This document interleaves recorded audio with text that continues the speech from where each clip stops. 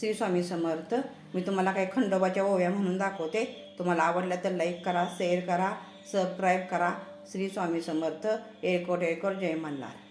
8 दिवसाच्या एतवारी, 8 दिवसाच्या एतवारी, माझा देवारा लाले लाल, माझा देवारा लाले लाल, माझा देवारा लाले लाल. एवढा पालीचा खंडेराया, एवढा पालीचा खंडेराया, गस्त घालून गेला काल.